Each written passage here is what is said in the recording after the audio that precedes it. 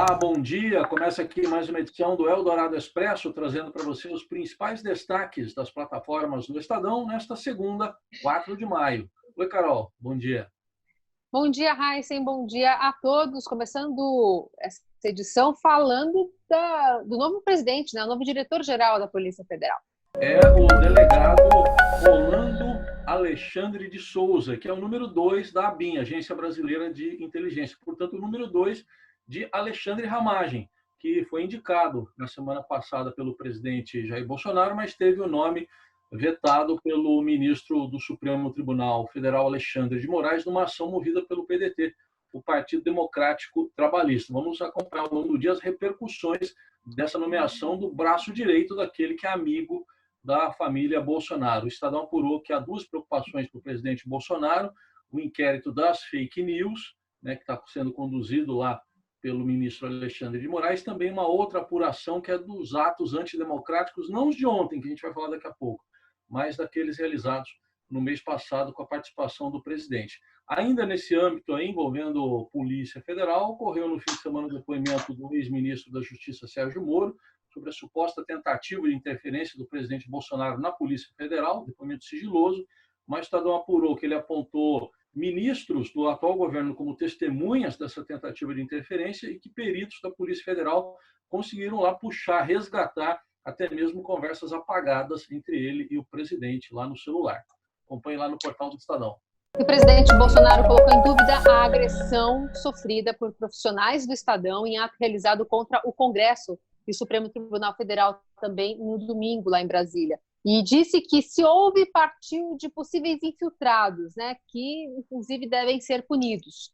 Bolsonaro esteve presente, né, nesse ato lá em Brasília, nessa manifestação, mas disse que não viu a violência ao fotógrafo Dida Sampaio e a outros membros da equipe da reportagem. O profissional do Estadão registrava imagens do presidente em frente à rampa do Palácio Planalto, numa área restrita, inclusive a imprensa, né, quando ele foi agredido com, enfim, socos, empurrões, ele chegou a ficar no chão, bateu a cabeça, foi cercado por apoiadores do presidente e precisou deixar o local rapidamente, escoltado por policiais militares. O presidente participou do ato com esses manifestantes, também gritaram palavras de ordem, né, contra o ex-ministro Sérgio Moro, o presidente da Câmara Rodrigo Maia, enfim.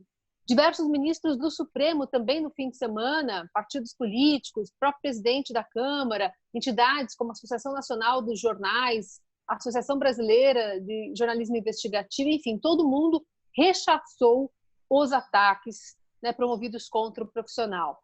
Em nota, a direção do Estadão também disse que trata-se de uma agressão covarde contra o Estadão, a imprensa e a democracia. E ainda nesses atos antidemocráticos de ontem, antidemocráticos porque ferem a Constituição, o presidente Jair Bolsonaro chegou a dizer que o povo e as Forças Armadas estão do lado dele. E já houve reação. Hoje, a repórter Tânia Monteiro publica a reportagem no Estadão em que ela ouviu oficiais generais dizendo que o presidente procurou usar o prestígio das Forças Armadas para demonstrar apoio ao governo dele. E um desses oficiais chegou a dizer a Tânia Monteiro que o Exército, a Marinha e a Aeronáutica não vão participar de nenhuma aventura desse tipo. Esses nomes estão sendo mantidos sob sigilo, mas teve um general que, em rede social, o general Paulo Chagas, eleitor de Jair Bolsonaro, que disse que, embora não fale em nome das Forças Armadas, afirmou que o Exército, a Marinha e a Aeronáutica não vão participar de nenhum golpe, venha ele de onde vier. Começou a valer hoje o bloqueio de diversas ruas e avenidas na cidade de São Paulo em razão da pandemia, né, do enfrentamento ao novo coronavírus, e por isso a cidade voltou a registrar diversos congestionamentos. A prefeitura restringiu o fluxo de veículos nesse pico da manhã para ampliar a taxa de isolamento social do município, que vem estando abaixo do ideal, que é de 70%. As autoridades já disseram também que medidas mais restritivas podem ainda ocorrer se não melhorar essa taxa, que está em torno de 53%. A atualização deve ser feita hoje ainda pelo governo do estado. A partir de hoje também fica proibido circular no transporte público sem o uso de máscara de proteção. E no futebol, a Espanha tenta aos poucos voltar à normalidade. Os casos lá de coronavírus estão diminuindo, não estão totalmente controlados, mas tenta retomar a normalidade. Hoje, por exemplo, já são permitidos, a partir de hoje, os treinos dos clubes espanhóis, mas treinos individuais, seguindo vários protocolos médicos. A Alemanha e a Itália também ensaiam aí um retorno à normalidade. Enquanto isso, no Rio de Janeiro, a Federação de Futebol do Estado do Rio também está autorizando a volta aos treinos, desde que haja concordância da parte das autoridades. Só que as autoridades não concordam. O governo do Estado e a Prefeitura do Rio já declararam que não há como o futebol retornar, ainda que seja para treinamentos, até que a quarentena seja encerrada, a quarentena continue em vigor na cidade do Rio de Janeiro e no estado do Rio de Janeiro. E o Brasil perdeu para o coronavírus um dos principais compositores. Aldir Blanc morreu aos 73 anos, na madrugada desta segunda-feira, em Vila Isabel, no norte do Rio. Ele estava com a Covid-19 e seu quadro de saúde era considerado bastante grave.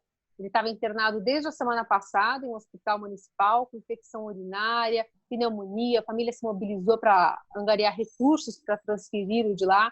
Enfim, Aldir deixa um legado de 50 anos de carreira, mais de 500 canções, como Bala com Bala, Mestre Sala dos Mares, Caça Raposa e o Bêbado Equilibrista, né, de 79, que no final das contas virou uma espécie de hino contra a ditadura militar para celebrar a volta dos exilados políticos ao Brasil, com a garantia de que eles não seriam presos pelos militares. Muito bem, com essa notícia triste, a gente encerra o Eldorado Expresso. Você acompanha estes e outros destaques nas plataformas do Estadão.